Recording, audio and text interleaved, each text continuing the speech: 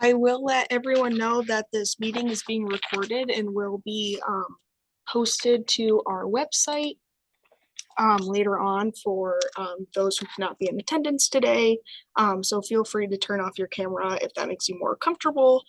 I ask that you please share your name and email in the chat so that this helps us keep our attendance records and information for future correspondence. And throughout the presentation, we ask that you just please share your questions till the end. So if you want to start putting your information in the chat, that would be great, and we'll get started in a minute.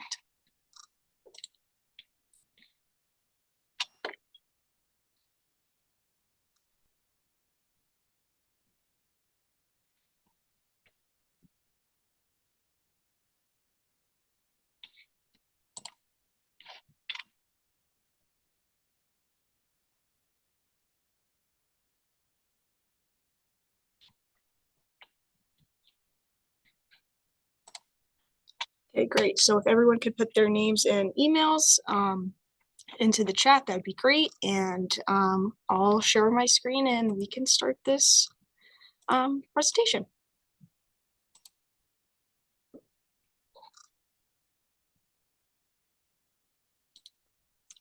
Can everyone see my screen?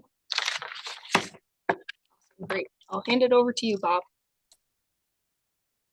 Okay, well, welcome everybody. Good to see all of you out there on this beautiful, warm day.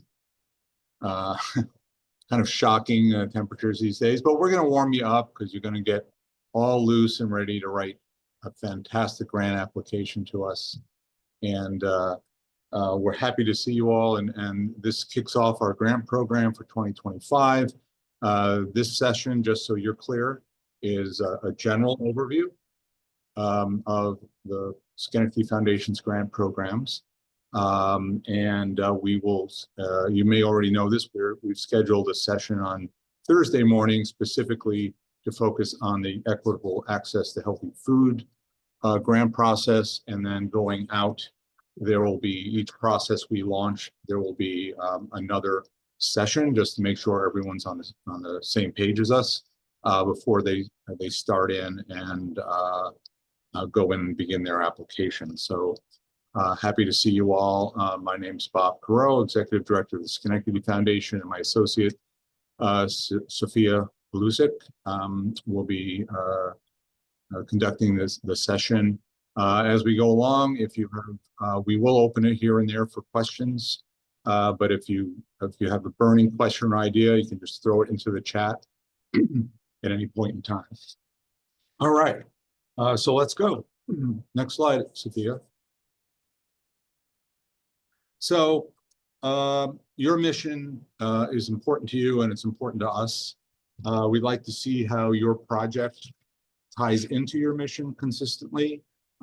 We also have a mission as well, and understanding what a foundation is intending to do is important for you to understand so that it can guide the approach that you're taking to your proposal. So always understand your audience and what they seek to accomplish in putting together your proposals. I'm not going to read these slides to you. I think you're all probably really good readers. But this encapsulates, and by the way, the presentation will be sent out to everybody. You can get a copy of it if you want.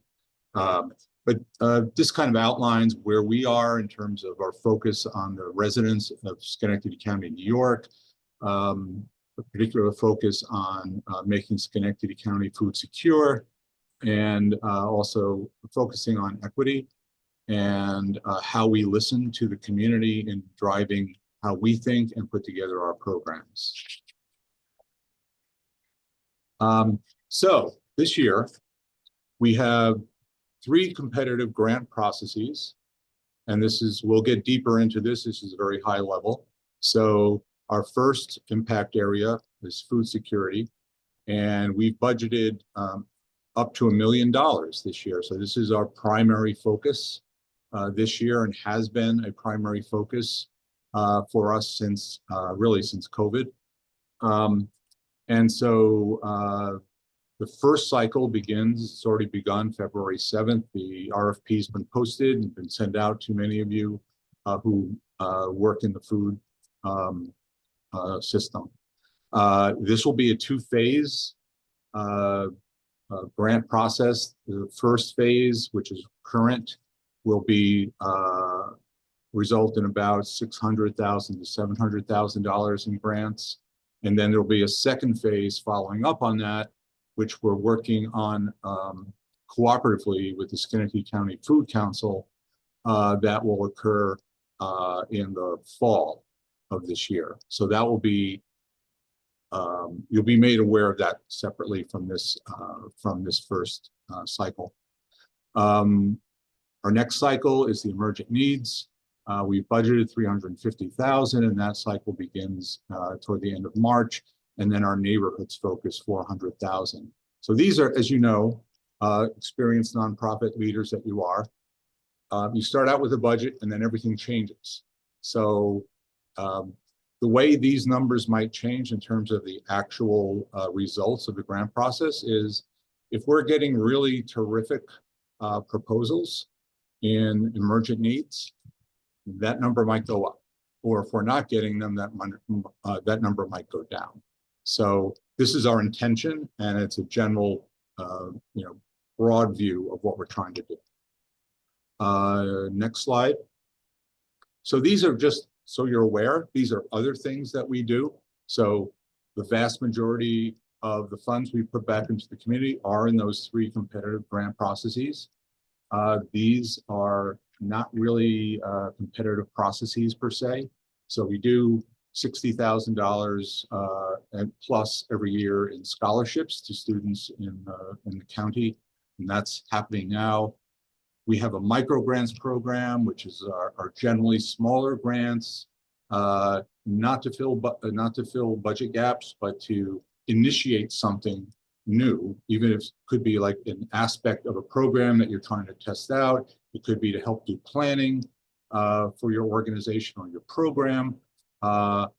And we try to keep our micro grants consistent with actually the focus of the foundation. So this is an option, and it will open up by the middle part of March, and that announcement will go as well. We also support community events, do sponsorships, and our sponsorships will open up as well next month. And we have some other funds, the Barbara J. Vivier Fund for Women. That was a fund created by a donor with the intention on supporting women, underserved women who are trying to put themselves back in the workforce, trying to get an education, trying to find the resources to help lift their lives. And then we have two new funds for this year. And we're still determining some specifics about those processes. One is our grassroots fund. This is tied very heavily into our work in trying to support grassroots or community-led organizations who tend to not be as competitive in those big grant processes with, I'd say, the more developed organizations. This is our way of opening up funding opportunities to smaller organizations that may not yet, have been able to develop themselves fully, and to help to support them and provide them with, not just startup money, but to try to get them to a place where they're more stable in their operations. And then we have another donor created fund, the Arts Fund, which is new this year. We were fortunate to receive a bequest from a donor who wanted to support arts programming in Schenectady. So that will be coming out with more specifics a little later this spring. Okay, so just wanted to let you know what happened last year, and you'll see throughout this presentation some of the projects that were funded last year, and you might want to be aware of them, so it might give you some ideas about where you sit in terms of being able to work on the grant processes. So in terms of just our competitive grants, we received 35 letters of inquiry. So Sophia will be going into that aspect of the process, what are the steps, but the LOI is the first submission to the foundation. It's kind of like a short version of a grant application. So we just get the idea of generally what you're trying to do and some of the parameters and intentions. So we received 35 LOIs last year, and that led to 12 grants in those competitive processes. So about a third of the requests were funded. So it is competitive. We can't fund everyone. We want to try to support as many organizations and programs as we can, but end of the day, we have limited resources and we're trying to make the best decisions we can based on how you presented yourselves and how you're showing us how the community looks like in terms of your programs and organizations. And then our average competitive grant last year was $104,000. So you get a sense of the size of our grant making. The high was 250,000, low was 25, and the median was about 75,000. So that gives you an idea of kind of what our general parameters are in terms of size of grants. Last year we received, it was really the largest number of not just the largest number of letters of inquiry, but in terms of the size of the requests, were the largest we've ever received in a single year. So we actually, the total requests were double our grant budget. So as you could see and tell, you know, we have decisions to make, but we want to work with you, want to work with you all to help you, you know, submit the proposals, the best proposal you can possibly submit. So we're going to be very open to working with you because that's what we want to bring back to our board is the very best applications we can. So eligibility, these four are kind of the basics, right? So you need to be a 501c3 nonprofit, or you can be doing if you're not a 501c3, you can be doing something that can be deemed charitable, which means we can potentially fund it, but you will need a qualified 501c3 to act as your fiscal agent. And we prefer, it's not a requirement, but we prefer that fiscal agent be a local organization that we're more likely to be familiar with and that has a track record of serving Schenectady County, New York. So it's written into the foundation's resolution and declaration of trust way back in 1962 that the purpose of this foundation is to benefit the well-being of the people who live and work in Schenectady County, New York. And so you may be with an organization and maybe the organization is physically in a different county. That doesn't matter. What matters is that you can demonstrate that there are people in Schenectady County who are being served and helped through your program, and that they're a substantial part of what you're applying for. And then, of course, we're wanting to see, are you maintaining your standing with the regulators out there, the IRS and New York Charities Bureau? You know, this is important simply because even though it's really unlikely that either of those entities is going to come after any of us anytime soon, IRS is already had a depleted workforce and now they're more so. But it's important that we are very thoughtful and intentional about being in compliance and living up to those high standards that are expected of all of us. If you're a current grantee, which means you still have an active grant with us in some way, shape, or form, we really want to ask that those current grantees to be substantially complete with either their grants or their progress reports before applying again. And that could even be, you know, we may need to have a conversation if you are a current grantee about where you are in that grant and where you are in terms of the spend down of the funds that were granted to you previously. So we're open to a conversation, but we're really looking, you know, we don't want to kind of re-grant again while you still have kind of a substantial program and grant under us. So this rarely happens, but one of the things that we want to make sure is that, some organizations have been very intentional about building a reserve fund, which is a great idea, and we want to thank you for doing that. However, there is a line where enough is enough. And if we have a general guideline that if there is an application from an organization that has unrestricted reserves exceeding 200% of annual operating expenses, we're not really going to encourage your application because your money is as good as ours. So we ask that if you're so healthy to be in that place, and probably very few of you are, you can spend your own money first, and then when you need it, you can come back to us or some other funder.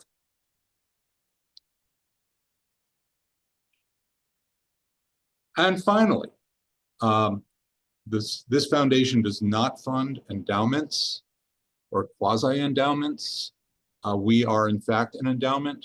So we believe that maintaining our endowment is a better way of supporting the community rather than splitting it off and having many, many smaller endowments in the community.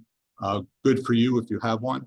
And if you're nurturing it and you're getting new contributions to your endowment fund, go for it. It's a good way to be able to have another source of ongoing funding for your organizations, but we're not going to support other endowments or quasi-endowments. Quasi-endowments, everyone know what an endowment is, because when quasi came into play, it kind of obscured what an endowment actually is. Endowment is when a donor restricts a gift and essentially says, you have to maintain the corpus of this gift, but you can spend down the dividends and interest, right? But don't touch the rest. A quasi-endowment is a board designated fund. It's not restricted. It's basically been temporarily restricted, if you would, by your board of directors, but it is not a true endowment. So I just want to make you understand the nature of endowments, quasi-endowments. Any questions thus far? Okay, move on. Sophia, we are going to get these people out of here nice and early, possibly. So here are some of the things that are important to the Schenectady Foundation as we're receiving your letters of inquiry and considering your grant applications. And so these are important things to pay attention to and to recognize that we're looking for something, you're looking for funding, but we're also looking to accomplish something as well. So for every process, and Sophia will introduce this in the next few slides, the foundation has come out with an impact statement. In other words, it's a very broad statement. It's a long-term view of what the direction we want to see happening in Schenectady County, right? So our impact that we want to achieve is not going to happen in a year. It's not going to happen in two. It's going to happen. It may happen hopefully over a period of multiple years. But we want to be persistent and consistent in trying to reach some outcomes and indicators that show we're moving in the right direction toward that impact. And your job in submitting a grant application is to say, here's how the project that I'm proposing will contribute to the Schenectady Foundation's intention, right, to achieve that impact, right? So you have an intention, but you should be aware as you put together your proposals that we do as well. And that's really your target. How do you feed in to helping us and other applicants, because no one application obviously is going to reach the impact. How do we all sort of collaboratively move toward that ideal impact that we all want to have? Documenting the community's need for the project And it's important to understand that we're looking for some form of validation that the community is needing this, they want it, and that as an organization serving the community, that you are keeping tabs and you are engaging with the people who need services, the people who live here, and you have a way of saying, we've listened, we've heard how important this is. And that's why the next bullet point, inclusion of impacted communities in program planning, design, and evaluation. So as we move deeper into trying to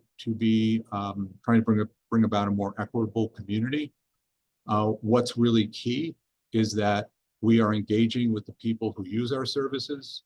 We're involved with the community in general, and that there's an opportunity for them to weigh in, whether it's, here's how I'm experiencing this program, or here are some ideas as to how this could be made better, because as we've learned and kind of live by this, these words, those people who are closest to the problem are most likely to have solutions. And it's important that we listen to those folks who are experiencing the issues in the community that we're all trying to change and affect. So another important consideration is where will this program go, or this project? Sometimes projects are meant to be long-term, obviously. Sometimes they're a one-off and we're going to do it and we're going to be done. But if we get behind this, we are going to need some reasonable assurance that you will know, whether it's year 2 or year 3 or going out, that you have a way of replacing our support. Because while we may get behind you for a few years, we can't sustain, support to a single organization forever, because there's so many organizations needs in this community. So you should all be looking, and this will be amplified in other slides and during our process, is we don't want to build a bridge to nowhere.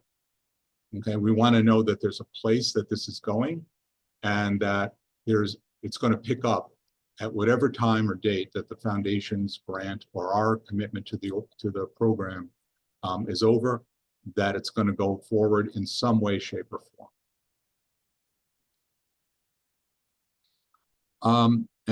We're going to develop, this is kind of some new stuff. We will be developing, we might call them webinars, but really videos that will focus on certain aspects of the grant program. So one of them that typically can be a challenge for many organizations is understanding what impact you're trying to make, what outcomes, okay, and making sure we understand what these words mean, what outcomes lead us toward that impact, what the outputs are, which typically are the most measurable indicators that you're moving toward the outcomes, if not accomplishing the outcomes. And then what are the activities that actually create those outputs? So I'm not going to go deep right now into the definitions. There is a document on our website on the grant page that you can open, and it goes into kind of an overview of these terms and how we're using them, because it's what happens often is organizations will almost interchangeably use words like goal, objective, outcome, and sometimes they're measuring outputs, and the thought is, well, these are outcomes, but no, they're outputs. So, and because organizations will use these terms differently and you all may have different ways of looking at what you're trying to accomplish. We do provide a basics of how we use the words so that you can be more clear and focused on explaining what you're trying to get accomplished. So we will be working on a video this next week or two that will be up on our website. And if you have issues or you want to learn more or better understand it, we also have links on our site to online resources that go over, what are outcomes, right? What are outputs, all those things. So there's a lot of ways of looking at this. We just want to be consistent so that applicant 1 is using those terms consistently as is applicant number 5. Okay, so apples to apples.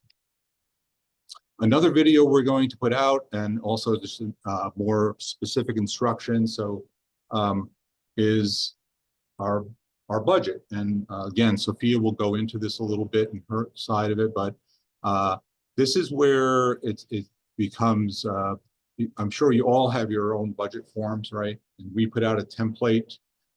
Some folks don't like our template, all those things, and we understand that. But we do simply want to be able to understand the budget. We understand how it's working, and we want to make sure that you're presenting something that looks accurate, right? Looks on target, and all the numbers kind of tie in and make sense. So we will be putting out instructions and a video, a fairly simple video on how to use our budget template, if you want to use that. Any questions on this slide or anything else I've raised so far? Okay, Sophia, let's move on. And I'm going to turn it now over. I do have a question. Hi. Oh, hi, this is Larry. You don't have to do this now, but kind of the same thing, like, maybe in the next few weeks or something, maybe posting some examples of where people have done this well. And that's specific to the ones that, people struggle with in terms of the outputs, the outcomes, the sustainability. I know in my experience, I've kind of looked at them and I kind of stopped in my tracks and went, how do I do that? So I thought maybe if you gave, 2 or 3 examples, I guess you could, blur, who the organizations were if you don't want to reveal who they were, but, just some examples of people who've done it right. Yeah, thanks for that, Larry. Yeah, we can do that. And yeah, we'll probably, we can ask the organizations if they don't mind us using their identity, but we can also, right, we can also kind of just give you some generic examples of past applicants who have figured some of this out and give you some examples. It's a good suggestion. Thank you. So, Sophia, take it away. Hello, everyone. So I will be doing a quick overview of our 3 main competitive processes. So our first one that is now open is the equitable access to healthy foods. So this process is for organizations, collaboratives, groups who have projects that lead to our intended impact of increasing access to nourishing foods. And so we're looking for projects that directly increase food security. So projects that lead to our intended impact statement.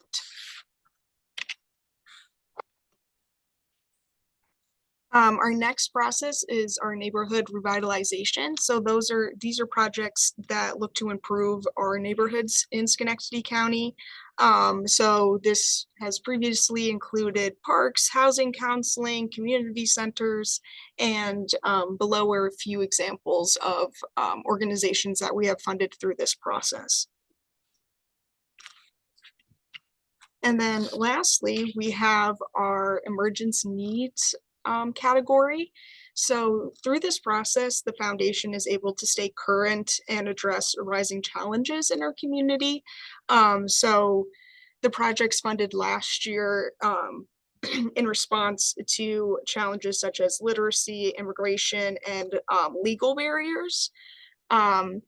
So those organizations are listed on the slide. So I'm going to tell you a little bit about our grants process and how it normally works. So this is our grant cycle. So we release a request for proposals. So in the instance of the equitable access to food, the RFP was released on February 7th. And the LOI is launched at this time. So applicants are able to look at the letters of inquiry, start working on their application, and then applications are due and submitted. And then our staff reviews these letters and we approve LOIs to proceed to the application round. So applications are released to those who are able to apply, and then they're submitted. And we conduct interviews afterwards with our applicants, plus our board and our staff, to gain further clarity on these projects, answer any unknown questions or thoughts that we had while we were reviewing the application. And then from this interview, we meet with our staff and board, and then the decision-making meeting is done, and we then send decision notices to the grantees and applicants. So the typical timeline from RFP to decision notice can vary around 3 months. It's normally a little bit less than that, but that is the average. Is there any questions at this time about the process specifically and how that would work? And we'll also provide some guidance on if you're fortunate and to get to the application stage, that applicant interview is very important. And we'll give you some guidance on good ways to approach the interview. They tend to be 45 minutes to an hour or so with each organization that is moved to the grant stage. We typically do this since, this is how things are done. We typically do this now on Zoom. It gets better participation from our board. So it would be our board and our staff on the phone with the representatives of the organization, which could be a staff member, an executive director. But we also like to see whether it's the direct program director, if it's a request to support a certain program, we want to know who they are. We want to get a sense of what they do and their awareness and understanding of the issue that they're trying to address. And we as well always appreciate if there is a beneficiary of the program who feels comfortable being in a meeting, a setting like that, to really hear from someone who has used the services and how they have appreciated that in their lives and how that's helped them along. So when you get to that stage, we will provide an overview and guidance on best ways of approaching that applicant interview. Great. So now we will move on to what's new in our grant process for this year. So as we stated earlier, there was a high request for funding last year, and so we're asking for advance notification and a discussion for requests over $200,000. We just want you to come talk to us and make sure that we're able to plan for our future grant making for the year. So we're asking that you come to us about 6 months ahead of actually coming forward with a written request, just so we can talk through and make sure that we are able to work that into our budget and see if that works for us as well as for your organization. So we sent out a survey about a month ago to previous applicants from the past several years, and we asked about how they felt about the process, their experiences with the staff, what they liked about the process, what they found confusing. And so we took those responses and used that to add some new stuff to our process. So first is the budget forms, like Bob said. You can use your form or ours. If you are using your form, we ask that you send it to us ahead of time of submitting to ensure that it meets our needs and we have clarity and understanding about your budget line items and that they align with our needs. And then we added an optional section. So this is a very new element. And so we are putting it as optional at this point to test it out a bit. But it's increasing the narrative in your application. So the first option is a mental model. So it's helping us to understand the complex system that your challenge is under. So there is the iceberg model, which I will show you on the next slide, and Bob will cover a little bit more about what that entails. So you could either answer the mental model or the theory of change. So in past applications, we have had this question around theory of change. So that change, And applicants may be more comfortable with that rather than the mental model. So we are accepting that as an optional narrative. So it's just more mapping of your actions and outcomes. And we are working towards more multi-year commitments. So multi-year commitments ensure more sustainability of the projects at hand so that they're able to know that if we're funding you for 18 months, you have that sustainability for 18 months and you don't have to go looking for a grant right when that year is up. But this is a balancing act for the foundation. So as more multi-year grants are awarded, fewer actual grants will be awarded. So due to how our yearly budget works, Bob, if you would like to explain that further, be my guest. Yeah, so we've heard from grantees and applicants interested in multi-year funding. We are too. The balancing act we have is basically how we account for our grant budget. So when the foundation makes a commitment to a grant over whatever period of time, we might pay that out over a period of 2 years. But yet the way our accounting works, which is accrual, is we accrue the entire expense at the time we make the commitment. So if we made a grant of $200,000, we're paying it over 2 years, it all hits our 2025 budget, if that makes any sense. So we know that you want this, we want it as well, but just to make you aware, we've got to kind of work through this. It may take us a while to get to the point where we're able to do more multi-year commitments without unintentional harm to other projects that are worthy, but we just can't fit our budget, right? So this is going to be a little bit of a dance, but we do encourage the idea of multi-year requests. And in some cases, they make a lot of sense. And so please think about that, but also understand, we're not going to be able to do multi-year for everybody, okay?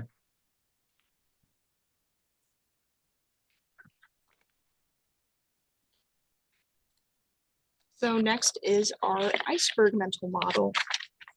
So this is kind of just a common example of how to use a mental model, and there are others out there you might see. So we're not saying you have to use the iceberg, but it's a fairly well-known approach to providing more of a visual view of what's out there, what's happening that you're trying to address. So it is a way of thinking more systemically, which is something that we're constantly trying to promote, thinking more deeply and broadly about what you're trying to do.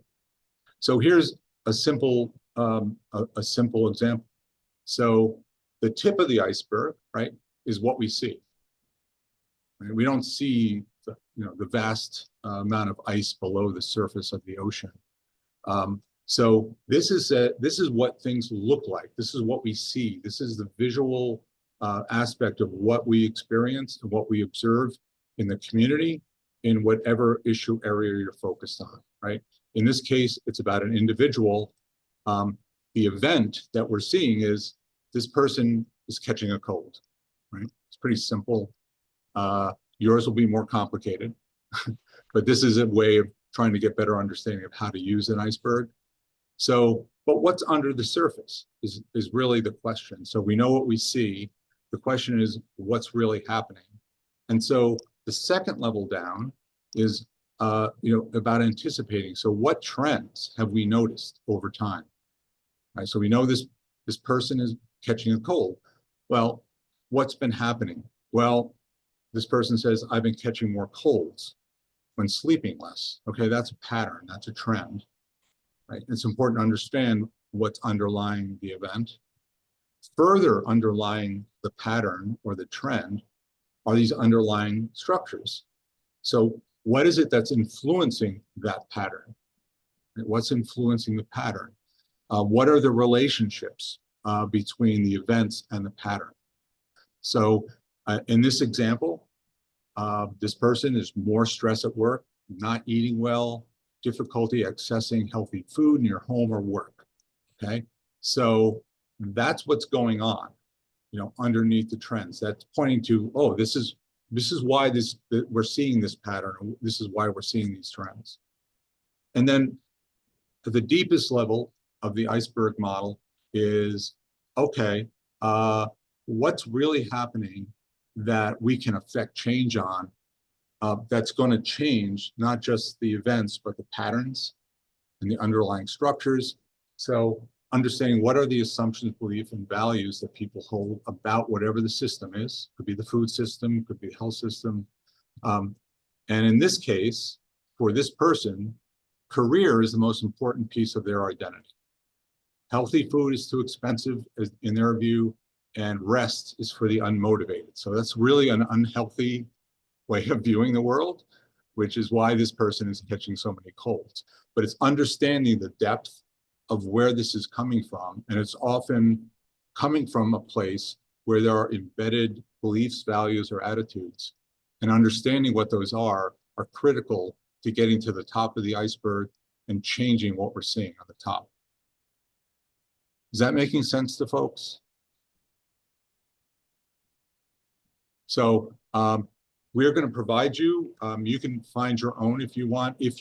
Again, this is all voluntary, but to the extent that this helps us better understand your view of the issue or the problem and how you're seeing it and how you're trying to address it, can be very helpful to us in making decisions.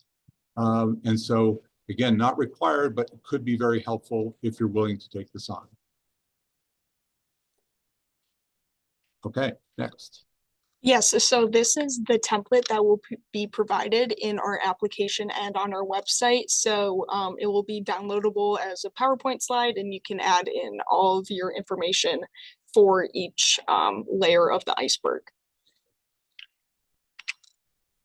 So we will now go over tips for a great application, ways for a winning proposal. So we first ask that you review all the materials on our website. Make sure that you meet the eligibility and you're able to apply first before going to those next steps. And then read and follow the guidelines carefully. So is your project meeting that criteria that we have? Are you understanding how the process works? And then we get more into the actual proposal. Having clear narratives and compelling stories. So this really helps the readers stay involved and wanting to know more about your project and the change that this will create. And then making sure that you have measurable outputs and indicators of success. So this will clearly demonstrate how your proposed activities and project will impact the community and ways that we can measure that so we know the amount of impact that we are having.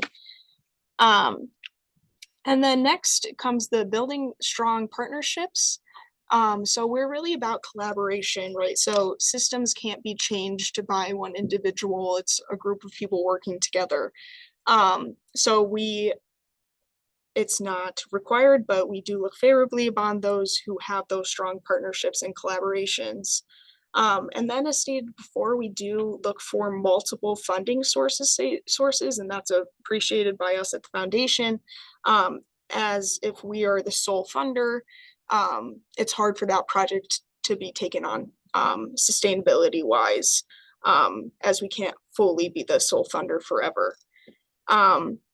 And then lastly, we ask that you be kind to your reviewers. The staff and board, as we said, we had 35 LOIs last year. That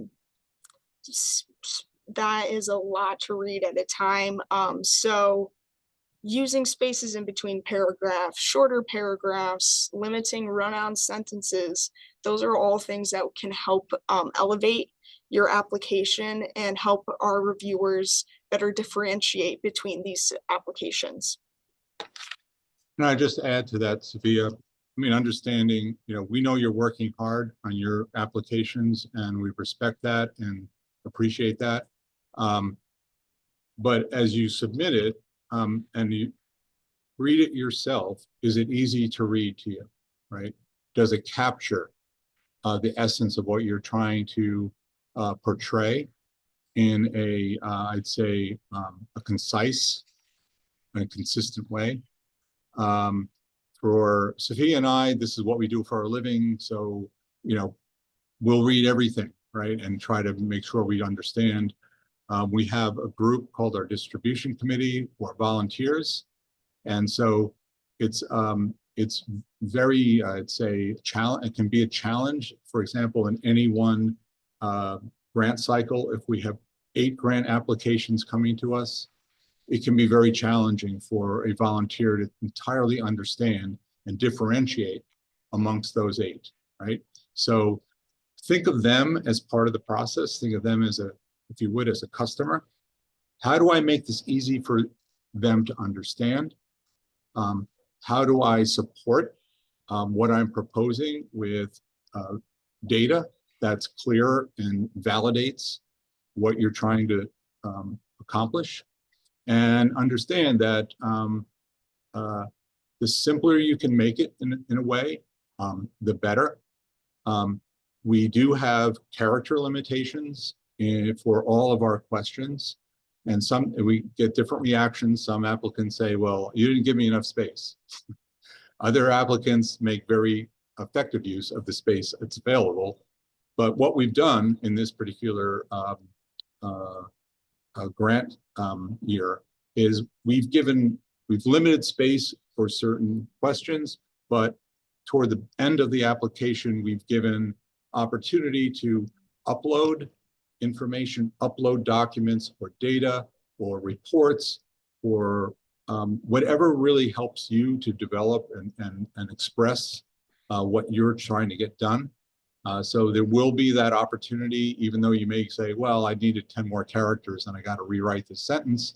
Well, write a shorter sentence and then upload the complementary information toward the end of the grant.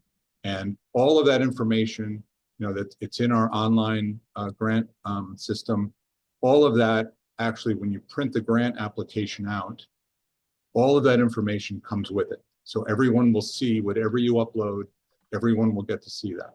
Okay, so make good use of your narrative space and then complement it if you need to with other additional information toward the end of the application in terms of uploads.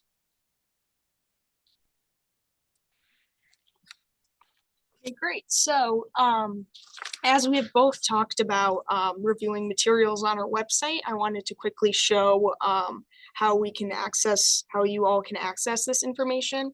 So if you head over to our website, everything about our grants process is on our grants page. So they have 4 tabs at the top with that, our grants, about a grants process, and apply for a grant.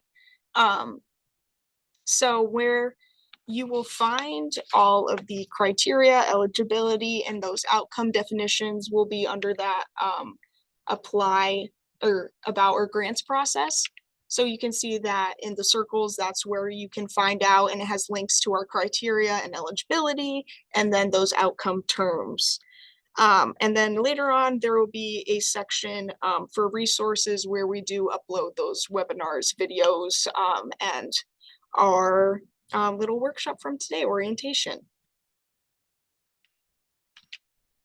So along with the survey that we had sent out, a lot of applicants and past grantees had talked about that support system for them, whether it's pre-application and post-grant. So we are working to incorporate workshops and webinars to help out applicants. So we're going to do a workshop for each process.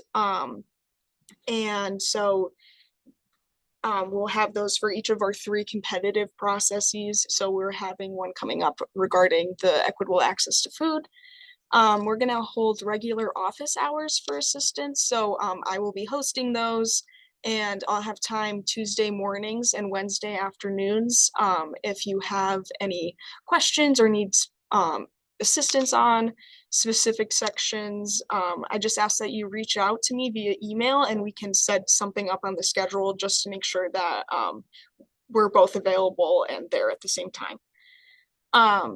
And then on your LOI and grant application, staff is able to add comments into your proposal, either whether we need clarity on a certain section or we have a question. Those will be uploaded there so that you're able to see our comments on certain sections. And that's in real time. So we are able on our side, you may actually be online writing your letter of inquiry into the grant portal. We can see on the other side, what you've done thus far, and there's a comment section. And as Sophia said, we might suggest, can you tell us more about this, this aspect of what your proposal is? Please tell us more. Or we can say, we're not sure we understand this. You might want to rethink how you're expressing this. So along the way, we may give you some support in terms of just providing ongoing comments that will be visible to you. And then lastly, those webinars or instructional videos on specific application sections will be uploaded to the website once those are created and finalized. And then finally, here is our timeline for our grant submissions of this year. These are our 3 competitive processes. So right now we have our equitable access to healthy foods. We're collecting letters of inquiry now, and those are due March 5th. Is there any questions on timelines?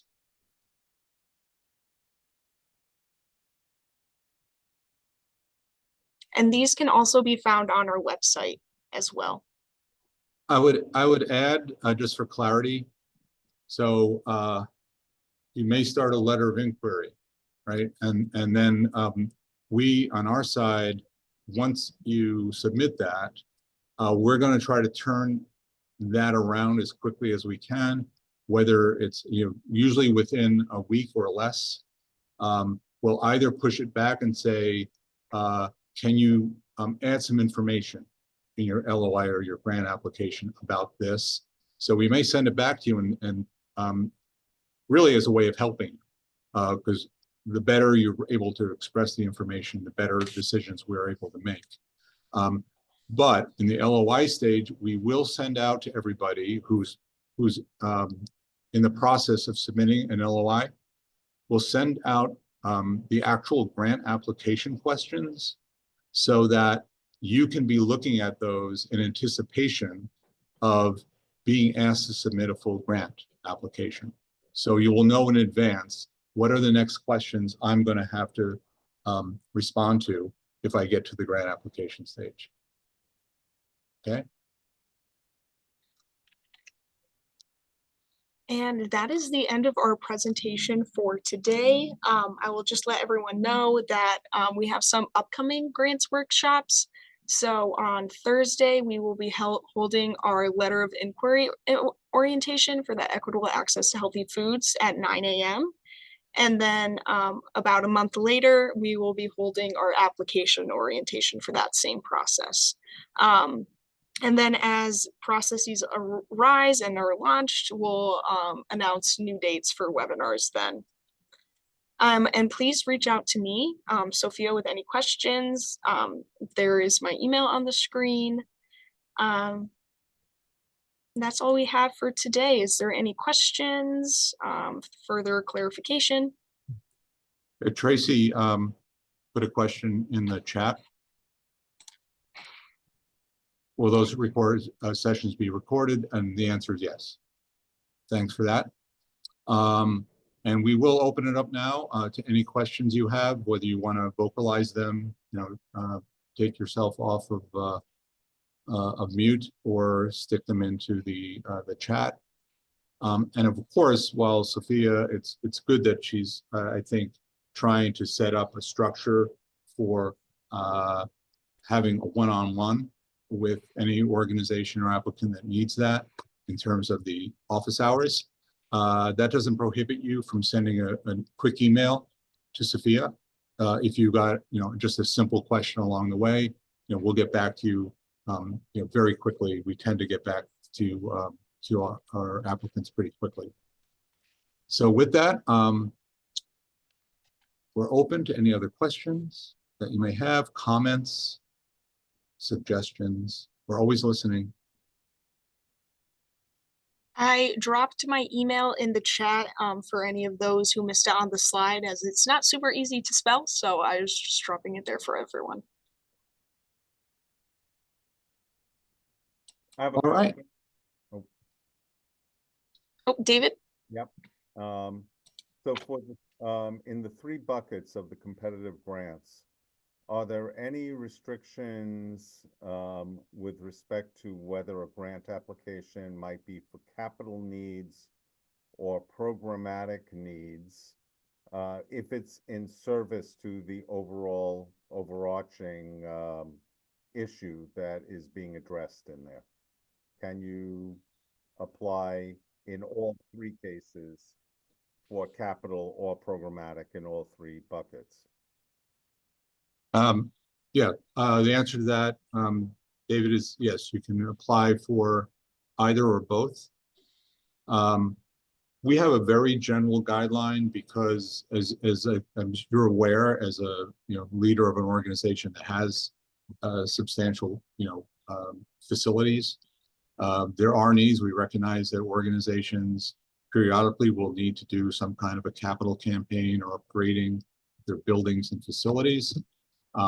We generally, we're open to all of that. We just, we will be limited, however, because those requests tend to be fairly substantial. And because of the nature of how we run our grant budget, we can't overexpend the budget on many large or a few very large capital campaigns, because it will consume the budget. So if you're doing that, we're happy to have a conversation about the best way to approach that and the best way to submit that application request. As Sophia said earlier, we do want to encourage and appreciate organizations if they're going to come in for a big number, and to contact us in advance, have that conversation. So we're open to that and understanding where that's coming from. And that is the gateway to then coming in with a larger request so that we're aware of it. Thank you. All right. Well, if there are no other questions at this time, thank you so much. It's great to see you all. And can't wait to see your letters of inquiry. All right. Thank you, everyone. See you, David. Eric.